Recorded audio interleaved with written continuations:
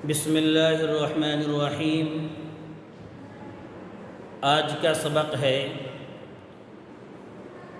ہمارے بھائیوں کے لیے، بہنوں کے لیے کہ یاد رکھیں قربانی اسلام میں مستقل عبادت ہے۔ قربانی اسلام میں مستقل عبادت ہے اور اسلام میں اس کا بدل نہیں ہے۔ یہ ذہن سے نکال دیں۔ اسلام میں قربانی کا بدل نہیں ہے۔ بعض حضرات کے ذہن میں جو یہ آتا ہے کہ قربانی کا جو پیسہ ہے اس پیسے کو دوسرے مصرف میں لگا دیا جائے۔ نہیں میرے بھائیوں، اللہ رب العزت نے صاف طور پر فرمایا فَصَلِّ لِرَبِّكَ وَانْحَرْ، نماز پڑھیے اپنے رب کے نام سے اور قربانی کیجیے۔ اسی طریقے سے اللہ رب العزت نے دوسری جگہ فرمایا لَن يَنَالَ اللَّهَ لُحُومُهَا وَلَا دِمَاؤُهَا وَلَكِنْ يَنَالُهُ التَّقْوَىٰ مِنْكُمْ۔ یہ آزمائش ہے آپ کے ساتھ کہ مال کی محبت کتنی ہے۔ در حقیقت اللہ رب العزت قربانی کے ذریعے آپ کے تقوی کو دیکھنا چاہتا ہے، آپ کی محبت کو دیکھنا چاہتا ہے کہ مال سے محبت ہے یا اللہ کے حکم سے محبت ہے، لہذا قربانی کا بدل نہیں ہے۔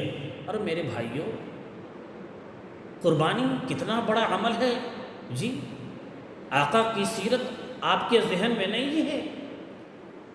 آقا صلی اللہ علیہ وسلم کے جب حالات اچھے ہوئے تو کتنی قربانی کیا کرتے تھے، اونٹوں کی قربانی۔ آقا کے نعوذ باللہ من ذالک سمجھ سے زیادہ سمجھ ہمارے ذہن میں ہے، اور اس زمانے میں غربت نہیں تھی۔ پھر صحابہ کا دور آیا، خلفاء کا دور آیا، اس لیے بیجا باتیں اپنے ذہن میں اسلام کے تعلق سے مت لایا کیجیے، توبہ استغفار کیا کیجیے۔ جس چیز کا حکم دیا گیا ہے واضح طور پر قرآن میں، اس پر عمل کرنا ہے۔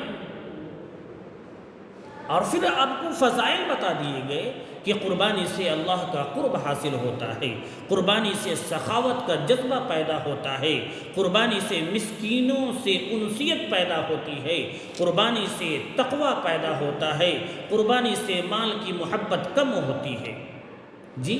پھر فضائل اور احادیث آپ کے سامنے ہے۔ قیامت کے دن قربانی کا جانور اپنی سینگوں، بالوں اور کھروں کے ساتھ آئیں گے، اور قربانی کا خون زمین پر گرنے سے پہلے قبول ہو جاتا ہے جی۔ اس لیے قربانی خوش دلی سے کیا کیجیے، قربانی خوش دلی سے کیا کیجیے، کدورت کے ساتھ نہیں۔ اور قربانی کے مسائل انشاءاللہ آئیں گے، لیکن ہم تمام بھائیوں سے گزارش کرتے ہیں کہ وسعت ہو قربانی کیجیے۔ کیا فرمایا؟ قربانی جب بندہ کرتا ہے تو جانور میں جتنے بال ہوتے ہیں ہر بال کے برابر اس کو ثواب ملتا ہے۔ اب ذرا اندازہ لگائیے کتنے بال ہیں؟ 5 لاکھ، تو 5 لاکھ ثواب۔ آسان سمجھ رہے؟ یہ ثواب کی قیمت مرنے کے بعد سمجھ میں آئے گی، مرنے کے بعد سمجھ میں آئے گی، ابھی سمجھ میں نہیں آئے گا۔